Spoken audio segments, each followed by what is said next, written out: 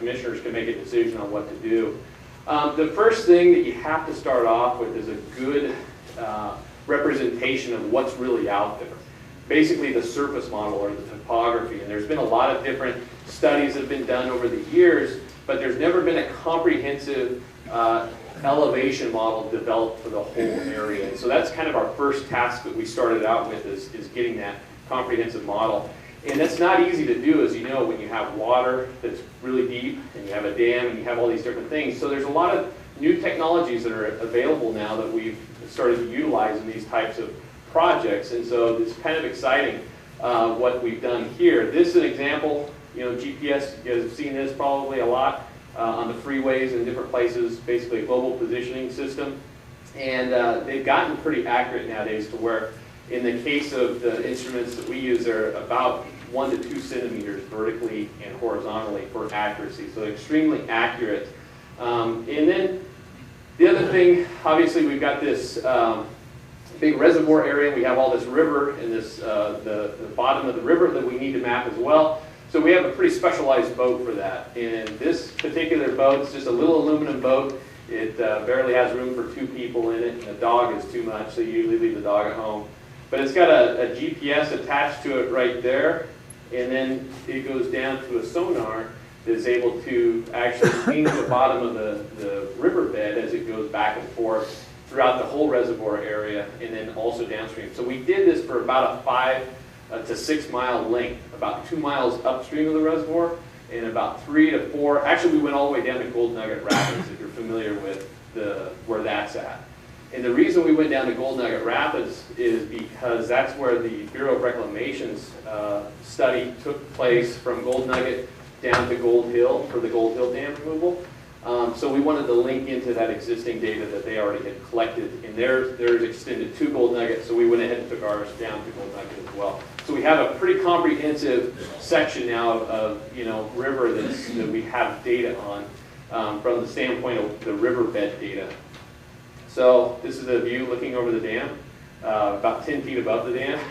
It's kind of interesting, but I was out there on part of this, and the velocities are so slow going over the dam that you can get right up to it. And I actually used our drift boat on this, and we got right up to about 10 feet, and you can look over the dam and everything. It's just, I had never taken that perspective, but I thought you might be interested in that picture. But that's part of the field work. The other part is, okay, now you've got this massive area that's over 300 acres out there upstream of the reservoir, what everybody has deemed a wetland. You've got this huge riparian area that we got to look at, and how do you get topography in there? That's a good question. This is where I talk about the technology that we've developed, or not we, but is available for use. And there's a way of doing this called LiDAR.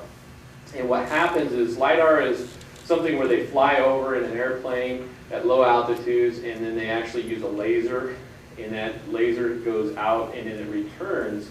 And depending on the information that comes back, they can start to determine just if it's hitting the ground or if it's hitting a bush or a tree or something solid. So it's kind of interesting work. And then we can generate some pretty interesting pictures from this as well. So if you look right there's Gold Ray Dam, you can see clearly the railroad, and then also the road that takes off there.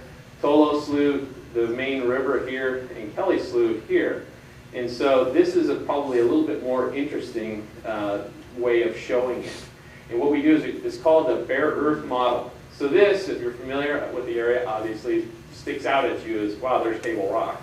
And you can also see some other things there, like the gravel pits over on this side. So you've got a lot of gravel pits over here. You've got Table Rock up here. And then here is the Rogue River right here. What you're seeing there, it looks like an image. But basically what that is several million points that are returned back from that laser. And this is called the bare earth model. Basically it's down to the ground for those returns. And so now if you watch very carefully, I'm going to do what's called the highest hits model. And so it's whatever the laser hits first. So watch, you're going to see the vegetation up here. So now you can start to see where the vegetation is as far as the trees. So these are like the leaves and everything else in there. And then if I take it one step further for you, now you're going to start to get some color, and now the vegetation really sticks out. And so what we do with this information is kind of interesting because lasers like this don't necessarily go through water very well. And so that's why what we do is we take the bathymetry or that boat information that we were able to collect, we take that and we basically parse out all of this information here on the water and replace it with those points that we took using the boat. And so you merge those together. It's a pretty lengthy process, pretty detailed process, and what you end up with is called a bare earth model of the entire site. So it's a pretty neat process. This, just going from here, kind of the bare earth, and then vegetation, and then colored vegetation. So you can start to see it. And what's the accuracy of LiDAR? You get what you pay for, is the reality of it. There's some, LiDAR can be very, very picky, so to speak. It depends on the vegetation, the coverage on the ground. And so if you spend a lot of time processing it and understanding it, you can get down to that bare earth, and you can get accuracies down to just a couple inches or less even. So the accuracies that we're usually shooting for on the LiDAR are about 2 inches vertically.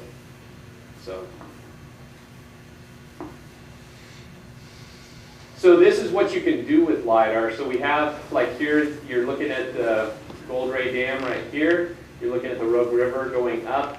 Once we have now this LiDAR and this complete surface model of the existing conditions, now we can start to cut cross sections and we can get information anywhere we want at this point. So you see the 2 red lines, there's one right here, and then one that goes all the way across. What I was going to do is to show you some cross sections that you can pick up from that information. So this is down, this top one here is down near the dam. What you're looking at is just a cross section of the river. And then this one here is that one further upstream. That's the Rogue River right there. And then this is just that big riparian area. And then when you get over here, all the way to the right, that's over near Kelly Slough, basically. So if you look, the red lines are where we're taking the cross sections across there. And then this shows you the actual cross sections.